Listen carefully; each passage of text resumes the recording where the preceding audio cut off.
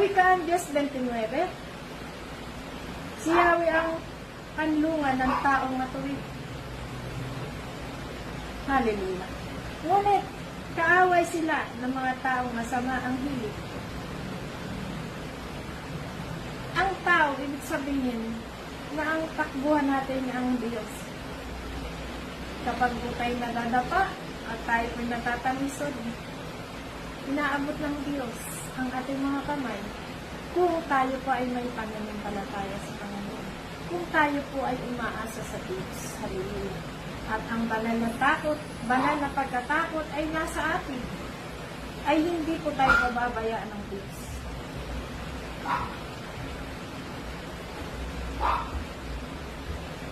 Kaya nga, ang nakakatakot ay yung mga walang